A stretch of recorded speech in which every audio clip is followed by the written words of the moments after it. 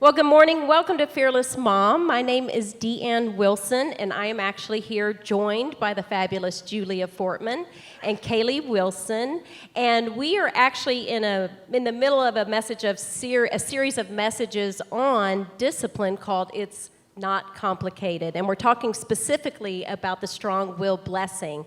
And last week, Julia interviewed our fearless leader, Julie Richard, and her daughter, Emily, who is her strong will blessing. And so today we just thought we were going to continue that and take the opportunity for Julia to interview me and my strong will blessing, Caleigh. And so, but before we do that, we would just want to make sure that we take a moment to welcome in our online audience. So help me welcome them in. We are so glad that you're here with us this morning, and we are so glad that we have the gift of technology, that no matter where you are in your world and in your situations, that you're actually able to join us here and be a part of what God is doing in and through Fearless Mom. And we just want to make sure, if you are watching this alone, that we hope that you feel not alone, that we are actually here cheering you on and helping you in your mom journey. So thank you so much for being here. So before we go any further, will you pray with me? Heavenly Father, we just thank you, God. Thank you that you are an amazing God that allows us to have this special responsibility called motherhood. God, I ask that you would be a part of everything that we say. God, that you would take the words that we have today, that you would use them for your purposes and that for your glory, that something in our story could help a mom where they are right here and right now. God, we ask the special blessing on the moms that are here today with us, for the moms that are actually watching with us online. We just ask that you would give us all strength and courage to do this thing that you have given us called motherhood. And we ask all these things in your Son's name. Amen. Amen. Amen. Well, I'm Julia Fortman, and as I mentioned last week, I have known Julie and Emily for a very long time. And though I haven't known Caleigh and DeAnn as long as I've known Julie and Emily, I have the same amount of respect for both of them that I do for Julie and Emily. Caleigh is the administrator for Fearless Mom, and truth be told, anywhere that you're sitting today or if you're watching online, Caleigh is like the wizard behind the curtain in The Wizard of Oz. She makes the magic happen. And so you've all been impacted by her work here for Fearless Mom. She's also, like Emily, a young adult SWB, strong-willed blessing, who is independent, competent, and strong. Then DeAnn, in addition to birthing Caleigh, has a similar role for Lake Hills Church. She is the kind of person who helps anyone, directs anyone. She's clever, she's funny, she's encouraging, she's a complete package. And the thing that I'm most excited to share with you all today is that they have a story that's very different than Julie and Emily's. And first of all, they have similar personalities, so we're going to hear how that played out in the mother-daughter duo. And second of all, through Caleigh's childhood, DeAnn was a married mom, a single mom, a divorced mom, a remarried mom, and a stepmom. She's been a stay-at-home mom and a working mom and is now an empty nester. So most likely, she can relate to whatever hat you're wearing in your motherhood journey today and has a lot to offer us. And I'm really excited to get started. Our guiding verse for Fearless Mom this year is Isaiah 40:31, and it says, "But those who trust in the Lord will find new strength. They will soar high on wings like eagles. They will run and not grow weary." And from where I sit, I think Caleigh and DeAnn really exemplify this verse, and I'm excited for you to hear some examples of how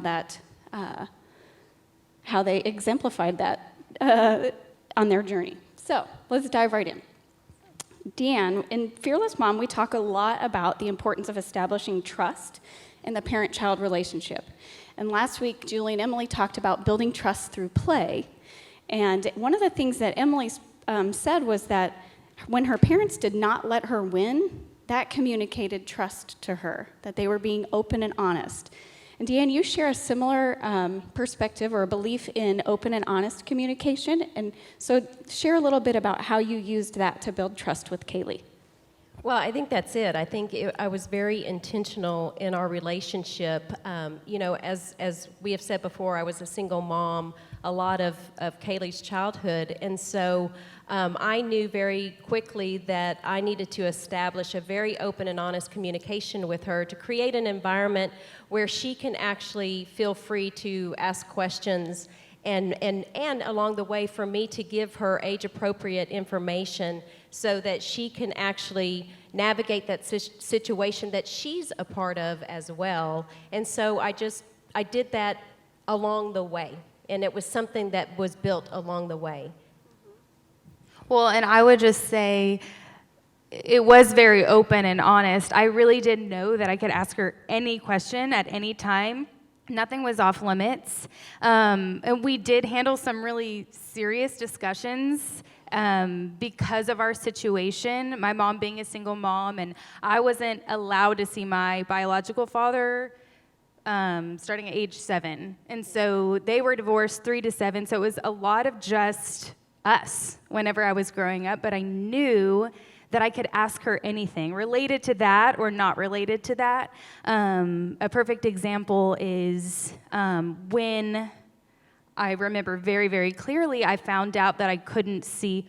Wait, side note, there's a 98% chance one or both of us are going to cry today, so it's okay. 100% chance, because this story gets me every time. Yeah, so we're maybe just that gonna means I won't cry. Move forward. But I remember the moment whenever my mom told me that I was no longer allowed to see my biological father. It was a time whenever I was really excited. It was Easter. I was about to go to their house, and I remember my mom saying, I just found out that you're not going to be able to go see him.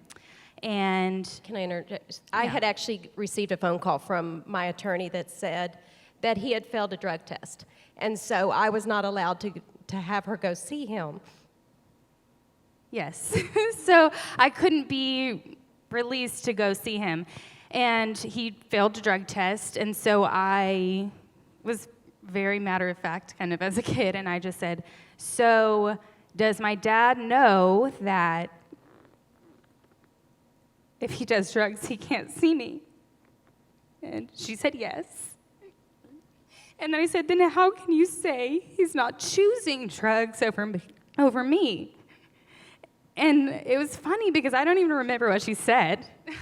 Well, I actually just looked at her and I said, I understand. I understand. I didn't have the answer, but I did know that. Well, that's the thing. You didn't have the answer necessarily, and the answer wasn't what was important for me. I didn't need to know the answer. I needed to know that I could ask. And I did. I knew that I could ask you anything. And I think a lot of the times as parents, you get nervous. And even when I babysit, I get nervous, like, oh my gosh, what are the kids going to ask me? Because kids ask crazy things. I'm not a mom yet, but I've seen it. Even just in LHC kids, I'm like, okay, great question.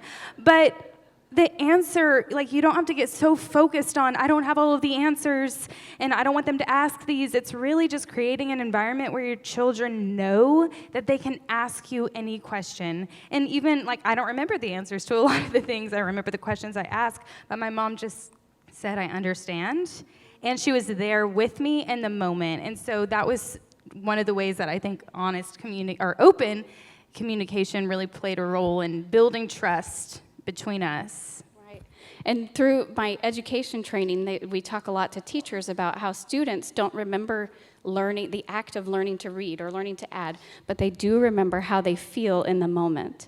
So it wasn't so much about what your mom answered, it was how she made you feel. Yeah, it's been interesting looking back as we've been preparing for this, like, okay, I was a child. I didn't have to be intentional with how I was growing up. My mom did, but how thinking back on, okay, this is how I felt, what did my mom do in order to make me feel that way? And we were talking about open and honest communication. As far as the honest part goes, I think that's something that's super important for people like me, Strong-Willed Blessings. She was, and still is, very honest with me, For example, like to this day, if I'm in a show, because I like to do musicals and things like that, and I wasn't the best, she'll tell me. And it's not anything like, well, you're terrible. Anything like that. My mom has such an awesome way of finding the good, and she really does, but she'll tell me, like, you did really great in these areas. I get that. That one part wasn't the best. And so I knew that when she told me that I did great, that I really did great. And obviously she did that age appropriately as I grew up, but I always knew her that was great really was her that was great. And if I felt at any point like she was just saying, like, oh, you're so awesome, like, she just has to say that because she's my mom. But I knew that actually wasn't the case. And in turn, I trusted her more because I knew that whenever she told me I was capable or that I did something really well, I knew that she really meant it. And then I believed it. If she would have just said I was great all the time, I think it would have had less impact on me. I wouldn't have trusted that she would tell me the truth. Although you do trust your dad. I trust my dad. Okay, my mom got remarried whenever I was 11 to a man named Russell, and he adopted me. So when I say dad, that's who I'm talking about. He's 100% my dad. But he, on the other hand, is like, he genuinely believes everything I do is awesome, meaning if I sang a song or wrote something and it was terrible and I know it's terrible, and even my mom will be like, I mean, you could do better. My dad is like, this is the best thing ever, and he probably has already sent 12 copies to everyone in our family and posted it on Facebook 3 times. So it's funny because with my dad, I have to be like, this is not for public display. This picture is just for you, or this song is just for you. Because on the other hand, my dad is like, oh my gosh, this is so awesome. Everyone needs to hear. This is super great. And it's just funny the balance between the two. You have also talked about how, as a strong-willed blessing, you were extremely independent, but not necessarily as emotionally expressive as Emily.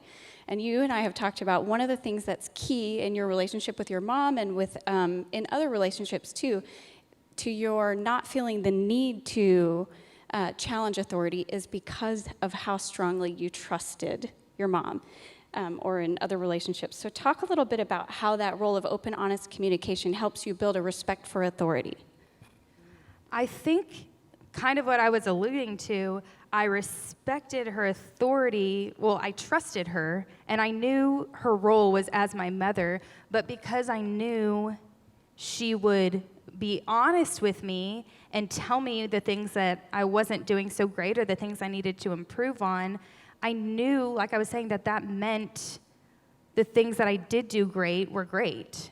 And so for my kind of personality, it's kind of offensive if I know that I did something bad and somebody's like, that was so great. I'm like, well, I don't trust you anymore because that was terrible. And now I know, I'll never know. Next time, if you tell me something was great, I'll never know if that was real or not because that was actually terrible. And so because she was honest with me and open with me, not rude, she wasn't rude, but she was just honest in the moment. I can be. She definitely can be. But she was just honest that allowed me to, I guess, fall under her authority. There was never really a question. If I would buck her authority, she would. And I think that's it. I mean, even to this day, Caleigh and I are extremely close. We spent so much time, just the two of us. And even though it was extremely difficult, and it was a difficult time, I wouldn't change it. I mean, she and I developed such a relationship and such a bond that goes through today, but there was no question that in that bond and in our relationship that I was the mother. I did not change truth. I did not change boundaries. I did not coddle her. I did not baby her. I always spoke to Caleigh as she was a human, and I didn't speak to her like a child. I gave her information that I felt was appropriate at the time or appropriate to the question that she asked, and then I stopped there. I didn't go on and on and on, and it was something that I did intentionally to make sure that she could trust me and knew that I had her best interest at heart, but also the fact that through all of that, I was the parent. And she knew that I was the parent. And I think that that helped with that authority thing, is that we can be close and we can be friends, but I'm not your best friend, although you really are, like a really good friend. But that wasn't my goal. My goal was not to be Caleigh's best friend. And there were times when she was not happy with what I said, and I had to make choices that she was not happy with. And that's what we have to do as a parent, even knowing that they are going to be upset, that they are going to be mad, and that they can't see the big picture. That's awesome. Thank you. So a few weeks ago, you talked to us about the high C's for the high C's, and you intentionally used the C's were consistency, choice, consequences, and church in your parenting. Talk to us about the role of choice and consequences, in particular with raising a strong-willed blessing. I just, clearly the Bible tells us that we are all born with free will, and I think wholeheartedly that everything that we do radiates out of the choices that we make, and there are either good consequences or bad consequences. And for whatever reason, I knew that I had the responsibility of teaching Caleigh how to make choices so that along the way, so that when she walked out that door, that she was able to make choices on her own, and that she was able to weigh all the odds and be able to make those choices. And so that is what I talked about in that message, but just making sure I created an environment along the way, age appropriate, where she was empowered to make choices. And I set the boundaries that those choices would be, whatever choice she made was something that I would be okay with, but she was empowered to make the choice. And I feel that that really made a big difference. Hindsight, now looking back on it and having the history there, this is not my way. I mean, the Bible tells us this. He puts boundaries in place. His ways are the right ways, and it isn't something that I sat there and wrote down. This is just something that I believe was, God's grace on my life in helping me in this situation, and so that's kind of how we did that. And you have a story to share about a time when you did not get your way and decided as a result you were going to move out and move in with another family. And I think that this shows for all of us how strongly strong-willed blessings think and how limited their perspective can be. And the way that DeAnn handled this gave Caleigh the opportunity to learn that on her own without DeAnn telling her. So share the story. Yes, so I was probably 5-ish, is what we guess. And I wanted to spend the night at my friend's house, obviously. And so my friend had asked me, her parents said it was okay, and I just needed to ask my mom. And so I asked her, can I spend the night at Lacey's house tomorrow? And she said no, for whatever reason. And I'm sure I pushed back. I was like, here's all the reasons why I should go to Lacey's house, and I want to go to her house. Her parents say it's okay. Why can't you just say it's okay? And she said, no, you're not going to spend the night at Lacey's house. And I was like, well, that's fine. I'm just going to move in with them then. Like, if you're not going to let me do that, not only am I going to sleep over at her house, I'm going to sleep over at her house forever to show you, like, no, I'm going to do this. And she was like, well, she didn't panic. She said, okay, and kind of let me walk through what that was going to look like. And so I was like, all right, well, she was like, then you need to pack your stuff. You're going to need some clothes. So I went into my room, and I remember she sat in the living room and let me go into my room. She got down a bag for me, and I remember packing every single piece of clothing that I had, and I put it in this bag, and I pulled out all my shoes, and there was one pair of shoes that I couldn't reach. And I remember thinking, like, oh my gosh, she's really letting me do this. But I was going to keep going because I was going to show her. And so I packed all my stuff. There was one pair of shoes, and I kind of sauntered out to the living room. I don't know if I sauntered. I made that up. But I went out to the living room, and I was like, okay, like, I have everything packed, but I need your help getting this one pair of shoes. And I'm thinking, like, I'm going to break her. I remember thinking, this is it. She's not going to let me get this last pair of shoes down because that means it's real. And she kind of stood up and she was like, okay, let's go get your pair of shoes. And I was like, And my mom remembers more of conversation, more details, because I remember at that moment I just broke down and started crying because I'm like, you're really going to let me go? Yes, and she also came in there, and there was a moment where we sat down, and as her bags were packed and all that stuff, I said, well, we have all of these things that are yours. You have this great house bed and these toys, and so we need to figure out what we're going to do with those. And so I'll figure out what we can do with those since you're not going to be here anymore. And I will find a great home for them because you can't take them with you. And so because those are yours for this home, and so we'll make sure that those get in another situation. And then she comes in the whole shoes situation, and she sits on my lap, and she breaks down, and I just told her, I said, I'm just going to miss you so much. And I really don't want you to go. And she goes, I don't want to go either, And I said, okay. And so we walked through that emotion, and she cried. I probably did cry at the moment too. But then I also followed up later and let her know that that's not okay. Because you disagree with what I am telling you, it is not okay for you to go down this path. But I think what's important here is a lot of times as parents, we have a tendency to overreact to our drama that our kids want to throw at us because they're trying to get a reaction out of us.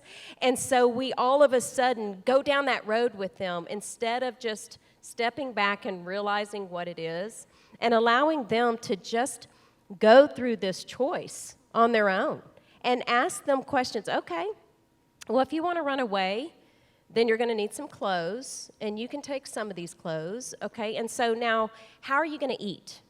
And you just start asking them questions to help them walk through and process their choices instead of feeding the drama. They're going to talk themselves out of that choice a lot of times when we allow them to do that. I remember Julia, she goes, what would you do if she did just continue to move out? And I go, I would have let her go, but that's not true. I wouldn't have let her go, but I could tell along the way that she was actually breaking down. I could tell I was navigating that as well. I could tell that she was Well, because she was you let down. me walk through the consequences of what my actions were because I was a child. I couldn't think about what everything else that was going to happen because I decided I wanted my way. Because really it wasn't about leaving, it was about getting my way.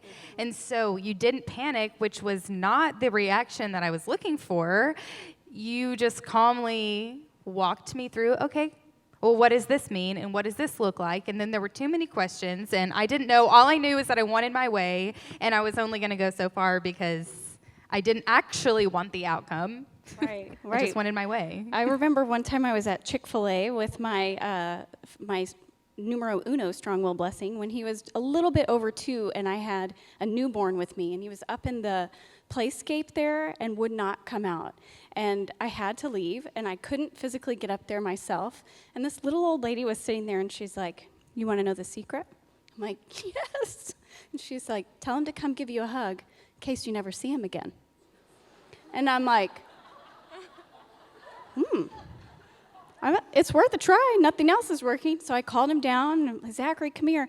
I need a big hug. And he's like, okay. I said, we'll make it a good one because, I might not ever see you again. And he looks at me. I said, well, I'm leaving. It's time to go. I would love for you to come with me because I'm really going to miss you if you stay. But just in case, give me a hug. And he's like, well, I'm coming too. Put his shoes on and we left. So it was the same thing he hadn't thought through. Like, if I stay here and my mom leaves, then what? He had not even had that. It was just about getting his way in that moment. So, and I wouldn't have left him, but I'm so thankful that it worked. Okay, moving on. With strong-willed blessings, it never goes well to surprise them with changes. And you two went through a lot of changes. And the fact that Caleigh trusted you through them all is evidence that you navigated those quite well. And so I'd love for you to share with moms your understanding of the weight of the responsibility of motherhood and how you kept that in perspective through all of your changes. That's a good question, Julia. I think, when you become a mother, you know that you have the responsibility. But for me, when I became a single mom, that sense of responsibility, I think, increased. And so over time, I knew not only was it my responsibility to make sure when Caleigh walked out the door that she was ready to actually walk out the door confidently.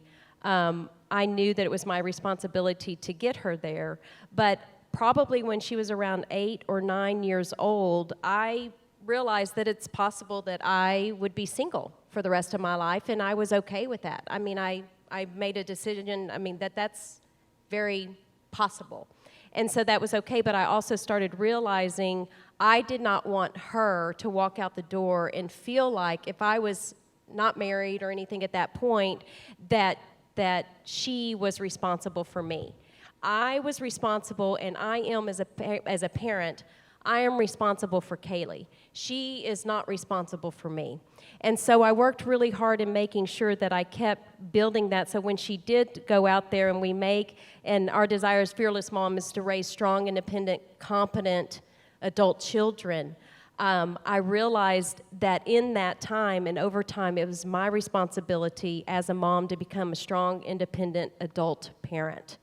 Because when she walks out that door, and this does not have anything to do with being a single mom or not, because when your kids go to college, it's hard.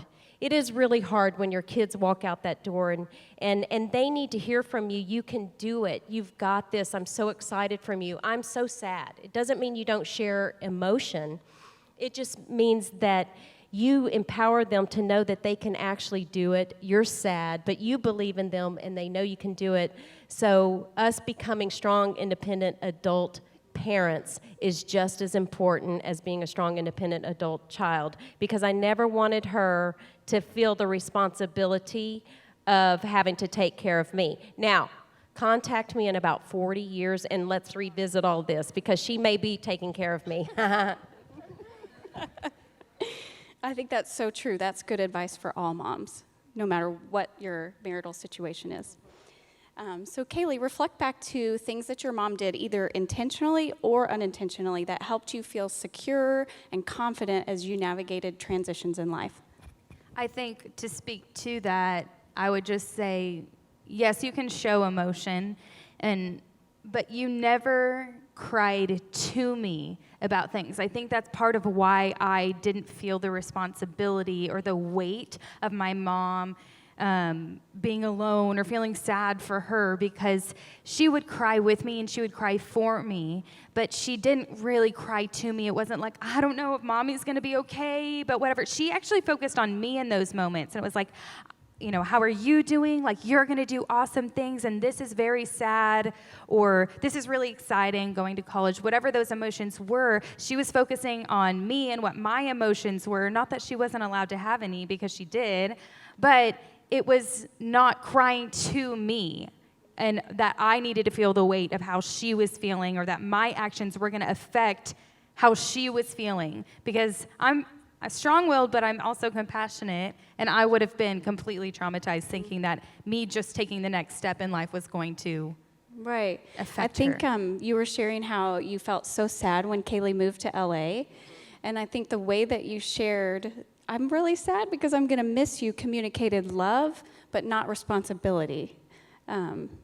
Right. I think when your question was about how I felt secure and confident to step out into the world, one of the ways that she did, and we were just talking about her responsibility as a mom, but she was teaching me my responsibility along the way. And I think that we intuitively know, like, we need to teach our kids responsibility, but that was, to me, into a strong-willed blessing, and even in little things showed me that. If it was, your cousins are, I have two cousins, two boy cousins, who are like my older brothers. My mom was really intentional about putting me around them.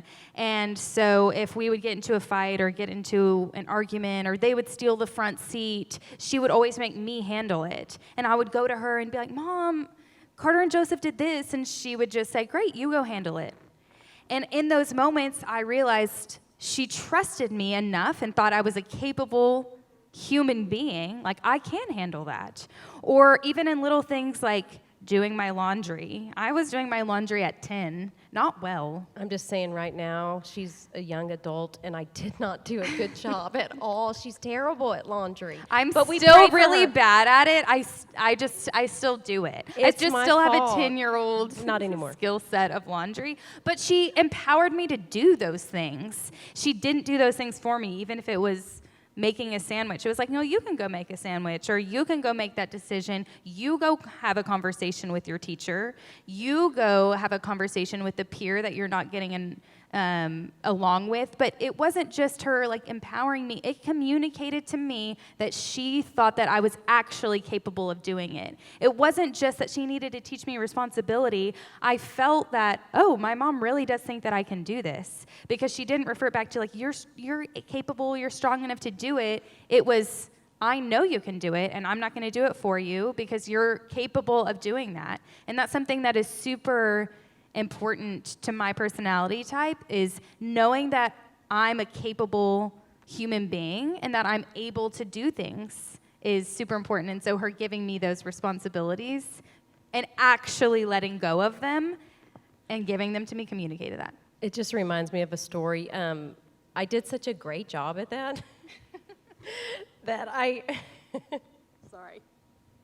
I actually, there's these tests when your kids go into college, and you can take these tests as a parent, and just to see if you maybe are too involved, that you need to kind of step out of the picture and so it'll evaluate you and what you're doing in your parenting skills as your child is going off to college. And so I thought, I'm going to take this test and see, if I am too involved in my child's college application process. And mine came back is, you might want to get a little bit more involved.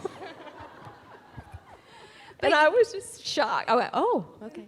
But to me, because you had given me those responsibilities along the way, like, this is your responsibility and you can handle it, I knew, like, I'm going to college, I'm responsible for filling out the applications and doing the work in order to get myself into a college. It wasn't your responsibility, it was mine. But that was pretty funny. It was at orientation. I remember she was like, oh, wow. I took a test, and it definitely said I need to get more involved, maybe. But the irony is that she thought that she might be too involved. And so it was quite the opposite. That is very funny.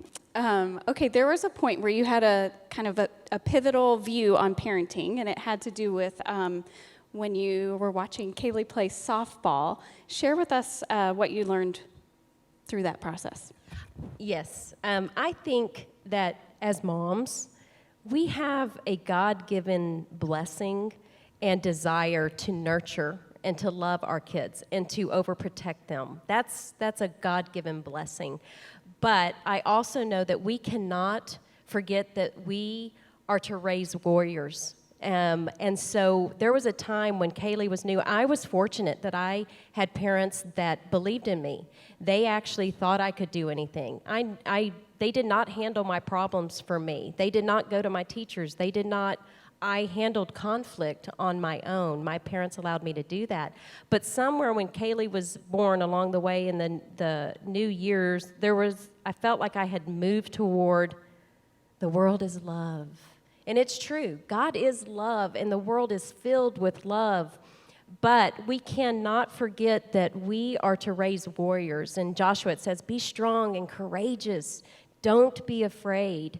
And so we have a responsibility through this desire to love and nurture our kids to actually raise them to be strong and courageous and mighty warriors so that they can step out in the world and face all of those things that are flying at them day in and day out. And this really unraveled when I was watching her play softball. Again, I was very competitive growing up and on athletic teams and that kind of thing. And so when Caleigh got in softball and I was the coach, my competitiveness was right there.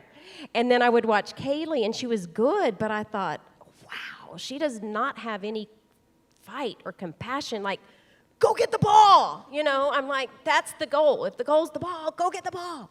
And so she didn't really have that, And so I started realizing that I had leaned toward that, and I wasn't teaching her enough to be able to fight. And so for us, in fact, Russell and I were actually now married, and we put her in basketball. And I did that intentionally so that she would have to have physical contact of people fouling her and getting in her physical space that she would have to fight for. And I saw a big difference. I saw that transfer into her softball years and that kind of thing. And it sounds so crazy, but it really made a huge difference and took her competitiveness and her desire to fight up a little bit. Well, I remember the moment. I'm such a rule follower.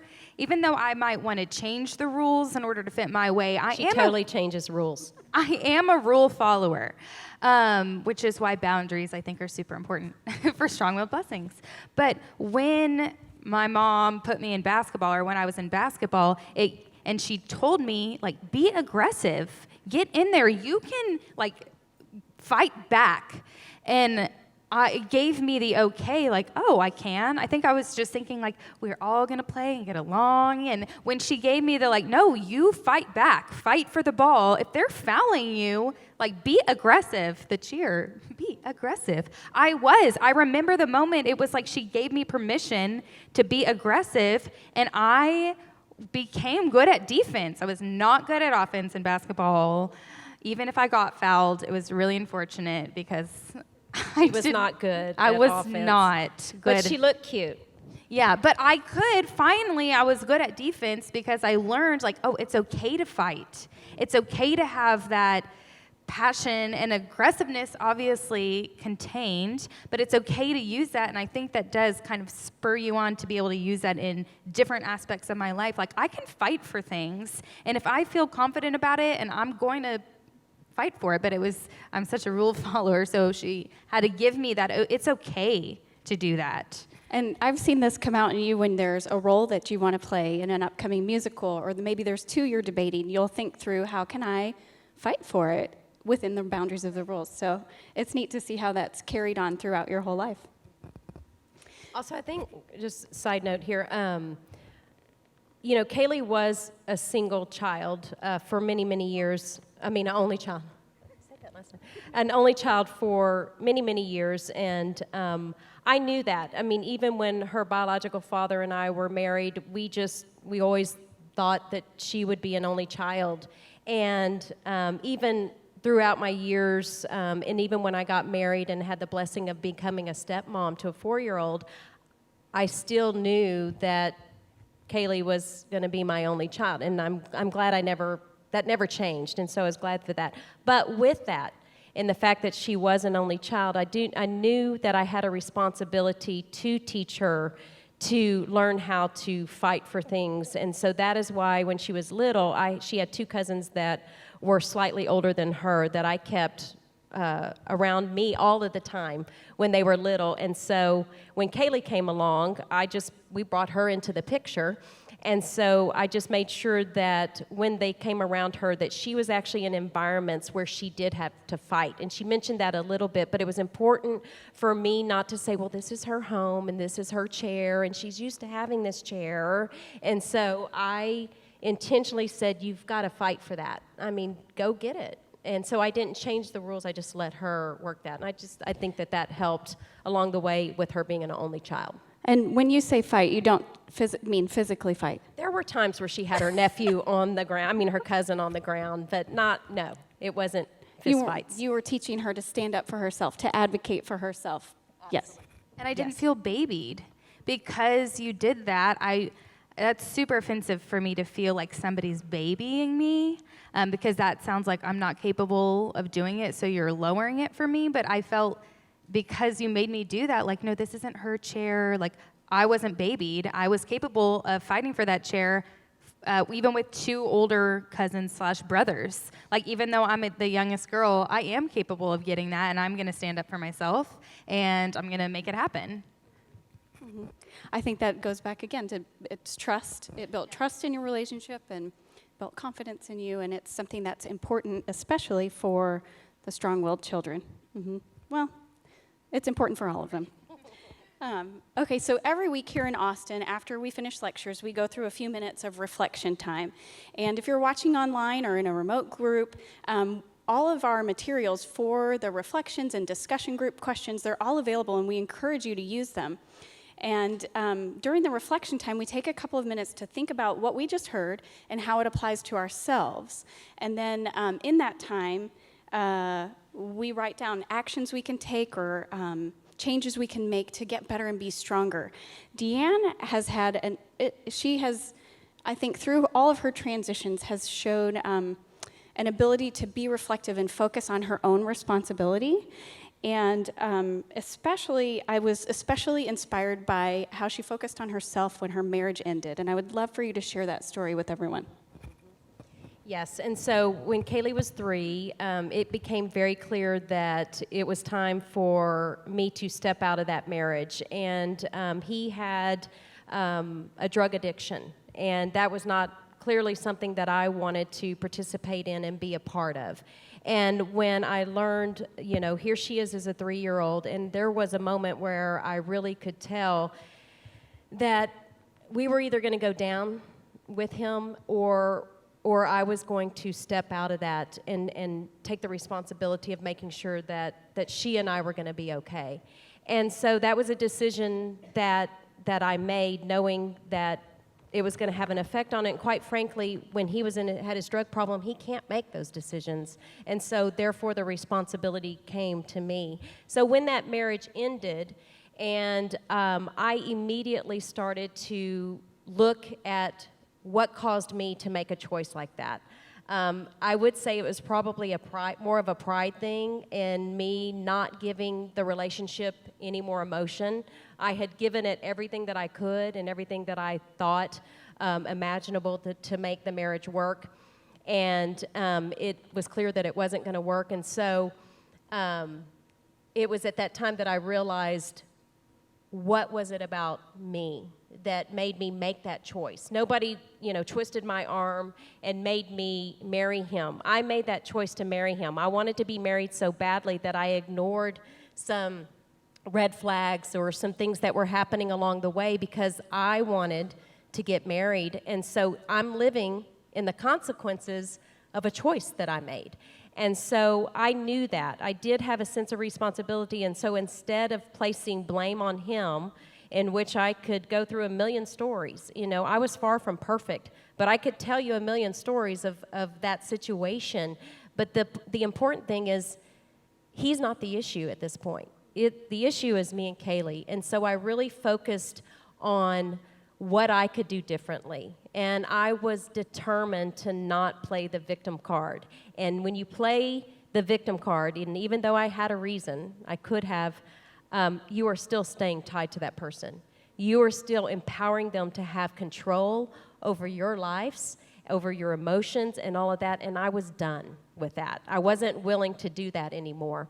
And so I just took a whole lot of time, and I reflected on, why did I make that choice? What put me in that situation for me to choose that and ignore all of the signs? And I was seeking God wholeheartedly. I mean, I will tell you, one of my spiritual gifts is faith.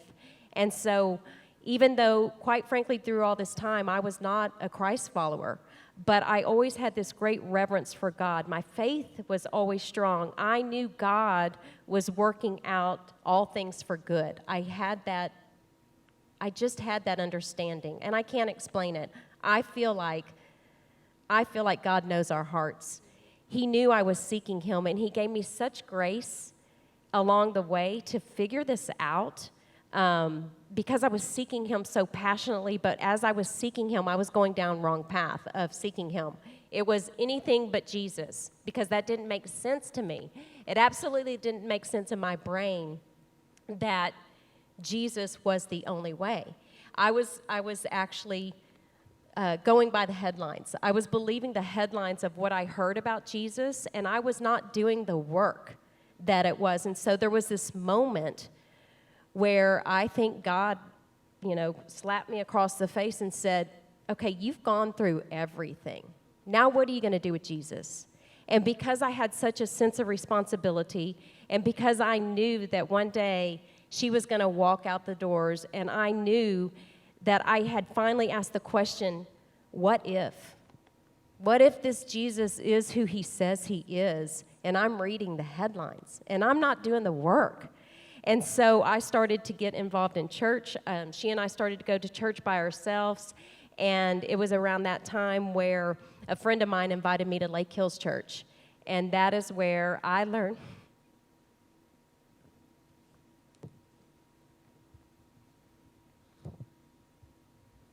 Well, the church changed our life.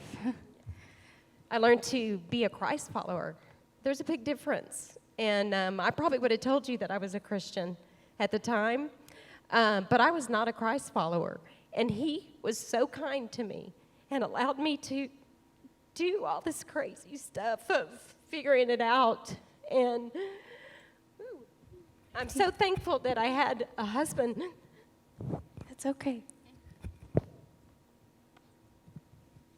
He was exemplifying letting you make choices and learn from your consequences in a loving way, just like you did for Caleigh. And, you know, Russell, he was a Christ follower, and he, when we got married, we started going to church. He came to Lake Hills Church with us, and he loved it as much as I did. And so we got really involved, but it was at a different location that was further from our house.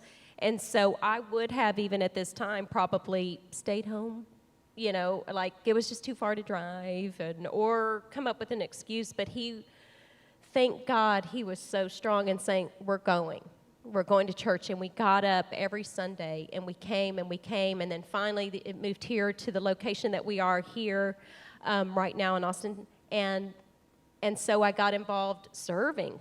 And so she and I started serving. My husband started serving on the tech team. And at that point, it became my church. I was needed. I was valued. I could help. And all of a sudden, this community started building.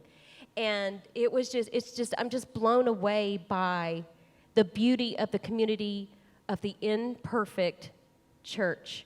And the fact that I could walk in with all my junk and step into an environment and help build a community of our blended family. You know, we're a blended family trying to figure out what that looks like. And we had this church community that rallied around us, and we rallied around them. I mean, we are invested. We didn't come here and say, what can you do for me? We wanted to say, what can we give to the church? This is an act of worship. And so we really got involved. She started serving on the tech team. Funny stories there. But anyway, and that's when everything just really developed in my faith. Yeah. Long answer. It's an awesome answer, though. It was perfect. And, I mean, it's perfect in the sense that it's exactly what you need, was on your heart. And thank you for sharing that. Caleigh, talk about the role that the local church played in your life. So it's funny, looking back, my mom not really being a Christ follower, because when I was little, I always knew. Like for me, I don't remember a time not knowing Jesus. I just knew that I knew. And my mom always talked to me about bigger things. She would always bring it back to God and say, you know, well, how do you think that God wants you to handle this? Or why do you think God put us together? Those kinds of questions. So I was always thinking bigger than just right in the moment. But whenever we got plugged in and started going to a local church, it changed everything for me. It changed my relationships, my relationship with God, my work. It changed how it gave me mentors. I was in middle school when we started coming and just getting plugged in. And it's whenever I really experienced what walking with Christ really looked like and what having that relationship actually meant.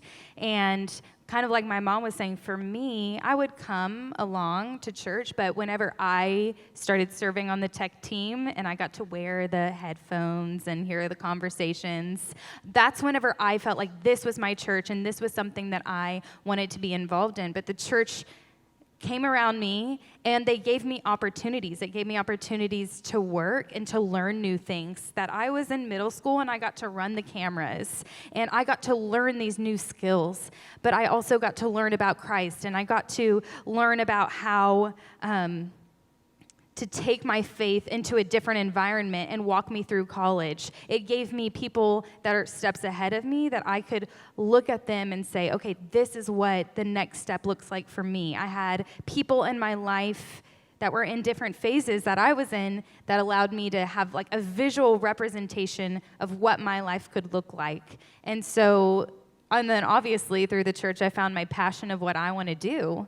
And I do work here at the church, but I was in high school when I figured that out because I was here and I was given the opportunity to work and work hard and to learn and to grow in my faith. And so I feel like everything changed middle school on whenever we really got plugged into a local church of people. Plus, I love the fact that Julie, when she teaches young ladies Bible study and all of that, they could read a scripture, and it would be John 3:16, and they would read it, and she goes, okay, well, what's the moral of that? And they would go, who you marry matters. I mean, it didn't matter what scripture it was. Julie would bring it back to who you marry matters, and we laugh about it, and obviously she laughs about it. She's being funny, but it was great to have this community of people that are encouraging your child, but they're also rallying around them to help them hold them accountable and speak into your kids' life beyond you. And I love how you talked about how empowering it was to have responsibilities here at the church. I think no matter where it is, sometimes with kids we think, oh, well, I'll just take care of that for you. But strong-willed children really, really take pride in doing things for themselves. And so any opportunity, I mean, I can just see wearing headphones and being in the know of what goes on behind the scenes, how that made you feel like they trust me and they believe in me, and what a great opportunity that was for you. So, moving on to a new topic, personalities. So in our second year of Fearless Mom, we did a personality study. It was in the Healthy You series. So if any of you were not here, or if you're watching online and you want to go find that, that's where you can find it. And Emily and Julie talked about being opposites. And Emily particularly said that she felt like in being opposites, they could hold each other accountable for their weaknesses because they could each see that. And Caleigh and DeAnn are much more similar. So talk about how having more similar personalities played out in the pros, the cons, and in your relationship. Well, we think it's really awesome that because Julie and Emily are opposites, they got to work on each other's, or keep each other accountable for their weaknesses, but it's really great because neither of us have any weaknesses. None. So But we didn't have to keep each other accountable. We pray for Julie and Emily frequently that they have to work through their weaknesses. And if you do go study the personalities, you will learn that their type doesn't think they have any weaknesses. No, but I think it allowed her to speak to me because she knew how she needed to be spoken to or taught or learn. It allowed me to be parented the exact way that I needed to be parented as a child. And so that really played well for us as I was growing up. Obviously, there are weaknesses that go along with it, like not being able to see your weaknesses because they're the same ones as your child. And so you're not working on that area because you're like, oh, they don't need to worry about that. They need to learn responsibility. But it was a huge blessing, I think, in us being able to work together, aka her parent me. What was your perspective on that? Yeah, I didn't really know and go from it from an angle of the personalities or anything like that. I just knew that I did understand her, and so that helped because we had similar personalities that helped me understand how to parent her. But I truly believe that was a blessing from God because I didn't know enough of that to know that, oh, I have the perfect personality and my personality and I need to attack it this way. I didn't know that. It was just one of those things that we have learned over time. And I've been fascinated, quite frankly, with all the personality tests because I'm just becoming more and more self-aware. It's just great, becoming more self-aware. But it's able for you to look at things in hindsight. And I see what a blessing that was for us, that we did have similar personalities. Thank you. So we're getting close to wrapping things up. And so having been through all that you've been through and now being on the empty nest side of parenting, what thoughts do you want to leave moms with? I would just tell you, don't give up. I mean, do not give up. I mean, God is good, and his ways work in all ways. And fight the fight, fight the good fight, stay in the game. And that in your love and your nurturing for your kids, for our kids, that it's just so important that we do teach them how to be warriors and that we don't overprotect them, because there is a world out there that they're going to step into, and they need to be prepared for that when they walk out that door. And for them to know that you are a strong, independent adult parent and that you can handle that and that they can handle it. And just to parent them that way, I think is huge. And Caleigh, how about you? What concluding thoughts do you have? I would just, and I touched on it throughout, your children are very capable. They might be little and they might be grown, but they're very capable of things. And if you allow them to do things on their own and you give them the responsibility, whether it's making a sandwich or it's talking to their teachers about a bad grade or it's confronting somebody, whatever that is, your kids are capable of handling those things. And by you telling them that they're capable and making them do it, even if they don't want to, it communicates trust to them, because it communicates that you think that they're capable. And that is super huge. I would say that was one of the biggest things that built trust in mine and my mom's relationship, is that she thought I was a capable human being, and therefore I thought I was capable because she said, you can do this. And she didn't just say it, but she did it in actions. So we are going to actually pray now, and then we'll move on. God, we love you so much, and we thank you for each and every mom that's here that is coming to learn more about you, but also to learn about how to parent their children. God, I ask that you would use any story, any information that was told today, that you would use it in these moms' hearts to take the next step forward, whatever their next step could be. God, we ask that you would bless every child that's represented here in the audience and online. And we ask that you would grow them up to be strong, healthy, competent adult children. We ask this in Jesus' name. Amen.